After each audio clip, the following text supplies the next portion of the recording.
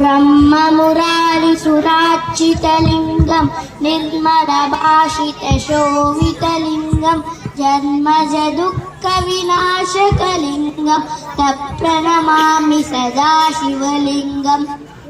देवमुनिप्रवरार्चितलिङ्गं कामदहनकरुणाकरलिङ्गं रावणतत्त्वविनाशकलिङ्गं तत्प्रणमामि सदा शिवलिङ्गम्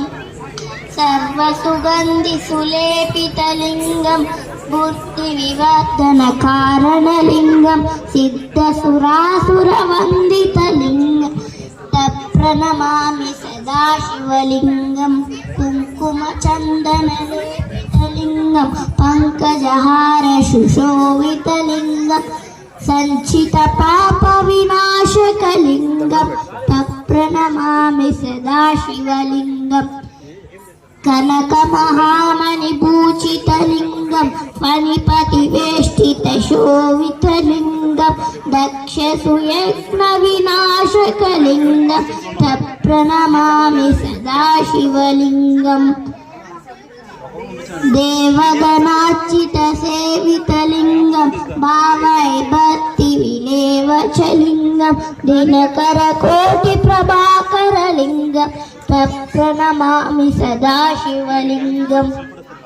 अष्टदलोपरिवेष्टितलिङ्गं सर्वसमुद्भवकारणलिङ्गम् अष्टदरिद्रविनाशकलिङ्गं तत्प्रणमामि सदा शिवलिङ्गम्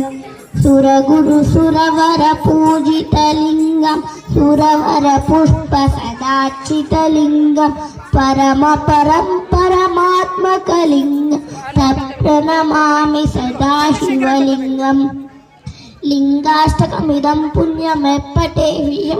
सन्निधौ शिवलोकमवाप्नोति शिवेन सह